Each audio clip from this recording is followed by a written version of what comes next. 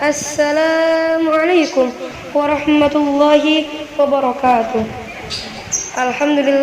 Alhamdulillahirabbil alamin wa bihi nasta'inu ala umurid dunya waddin wa ala alihi washabihi ajmain. Amma ba'd. Faqad qala Allah ta'ala fil Qur'anil Karim, a'udzu billahi minasyaitonir rajim. Bismillahirrahmanirrahim. Wala taqrabuz zina al-ayah wa qala Rasulullah sallallahu alaihi wasallam innal amal binniyat. Al-hadis.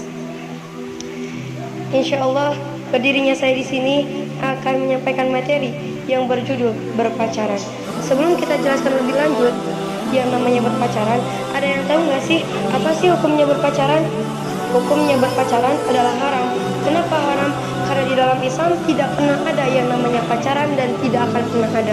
Di dalam Islam cuma ada 3, ta'aruf, khitbah, lalu menikah. Lalu dari mana asalnya program berpacaran itu? Asalnya dari orang Yahudi, asalnya dari orang kafir. Untuk apa mereka membuat program seperti itu? Untuk menghancurkan generasi umat Islam yang sekarang, untuk menghancurkan keimanan mereka. Karena dalam Al-Quran sudah jelas, wala taqrabuz zina, janganlah kamu mendekati zina. Mendekati zinanya sudah tidak boleh, apalagi zinanya. Dan berpacaran adalah mukadimah dari zina. Jadi berpacaran yang pertamanya cuma pandang-pandangan, terasa indah. Kenapa? Karena dihiasi oleh setan. Setan itu tugasnya menghiasi perkara yang kotor seakan-akan indah. Jadi berpandang-pandangan, kesananya senyum-senyuman, kesananya lagi berpegangan tangan, pelukan ciuman. Akhirnya finish dari kejadian itu semua adalah terjadinya zina. Nauzubillah min dzalik. Hati-hati orang tua di luar sana, ibu-ibu bila anaknya masih berpacaran. Karena apa? Karena akibatnya sangat besar, sangat fatal.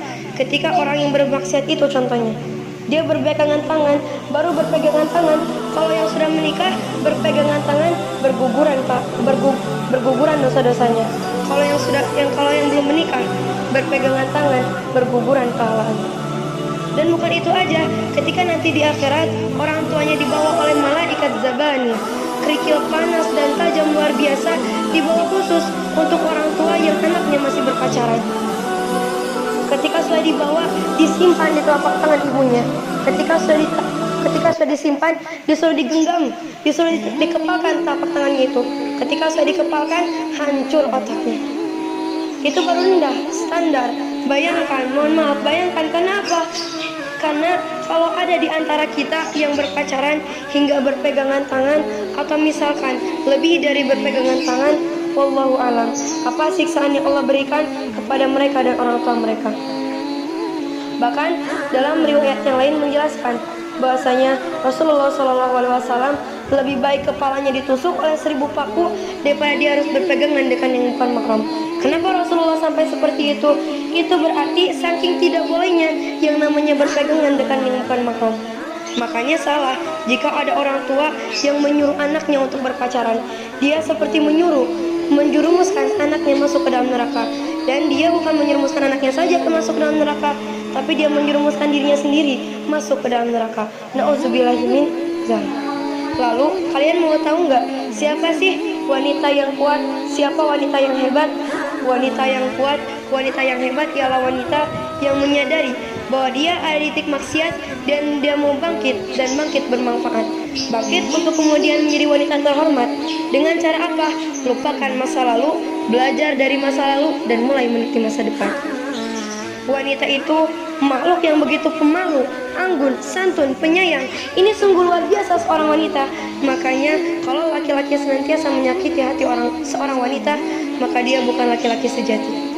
Berpacaran hanya terus menyakiti hati seorang wanita. Pacaran hanya menyiapkan diri untuk selalu tersakiti. Mau sampai kapan? Untuk perempuan-perempuan di luar sana yang siap menikah, yang umurnya sudah matang, hadirnya pria yang sanggup menerimamu apa adanya, bukan ada apanya saja. Kalaupun apa adanya, yang dia mau adalah pancaran keimanan dalam dirimu, wa ukhti. Dia yang sanggup memberimu kenyamanan, sehingga engkau tidak bisa mengatakan bahwa semua laki-laki sama. Tidak, mereka berbeda.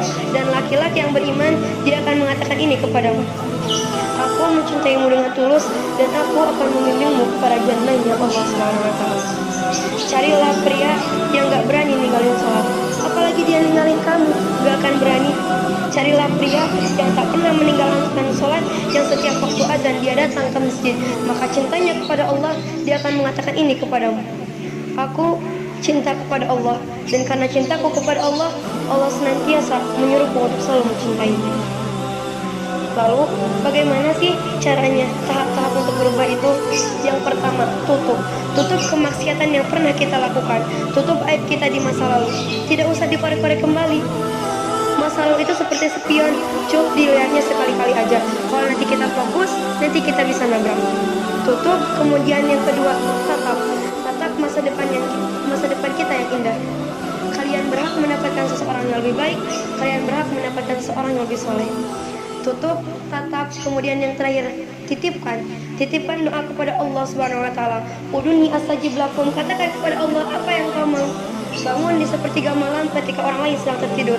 Ketika kata Imam Syafi'i radhiyallahu anhu, dia berkata, jika seseorang bangun di sepertiga malam lalu berdoa kepada Allah, dia seperti melesatkan, melemparkan anak panah lepas dari busurnya dan tepat mengenai sasaran. Masya Allah.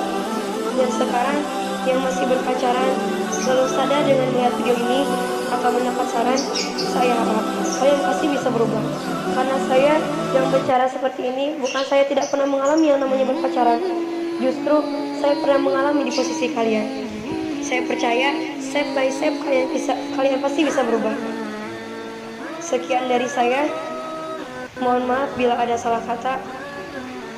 Wassalamualaikum warahmatullahi wabarakatuh.